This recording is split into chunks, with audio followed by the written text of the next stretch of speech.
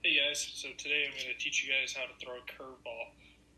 I've played baseball for many years, and I was actually a pitcher for most all of those years, so I got this technique down. Um, so this pitch can be the most effective pitch in your arsenal, but it also can be the one that you get murdered on the most. And by that I mean people taking you out of the park or getting really good hits off of you. So part of those techniques are your finger placement on an actual baseball, and then how you throw the baseball, and then also making sure you're mixing it in with your pitches correctly, and that's all of your pitches in your whole game.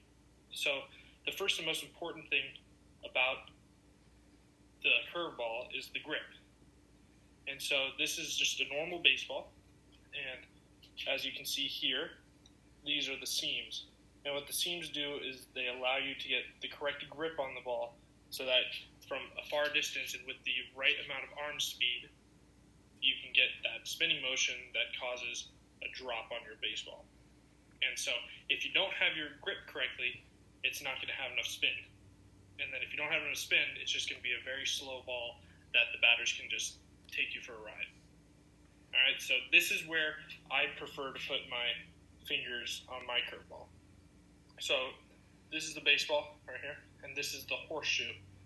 We call it the horseshoe because it's that horseshoe shape on the baseball.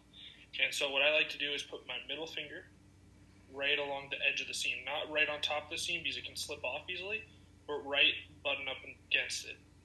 So that, and then with this first finger, you can just let it rest. And so once you have that grip, it's you got to make sure that you have enough of the ball in your hand, because if you don't have enough of the ball in the hand, then you're not going to be able to cause enough spin. So those are the basics of the grip. And the second most important thing about the baseball that really kind of overrides the importance of the grip is actually how you throw the baseball. So for this example, I'm going to go right here, and I'm going to grab this hammer.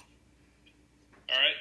So we all know how we hit a hammer. We never hit it like this, straight down. And that's generally the motion that you throw the fastball with usually. So what you do is you go like this to hit the nail in. So this is facing this way, and pay attention to how my hand in which way it's facing.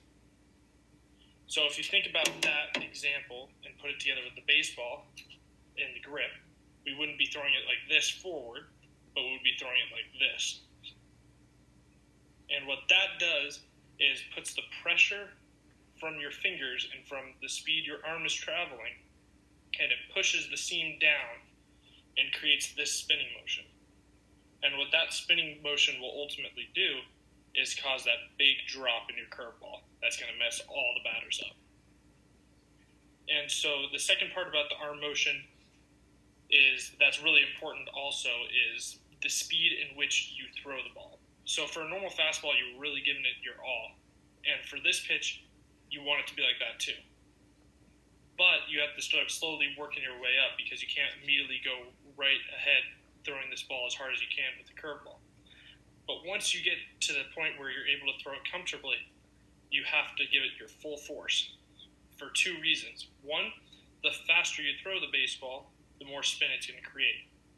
And thirdly, the batter's not going to know it's a curveball coming. Because if you take a big throwing motion really slow, they're going to know the whole way that it's a slow pitch curveball coming.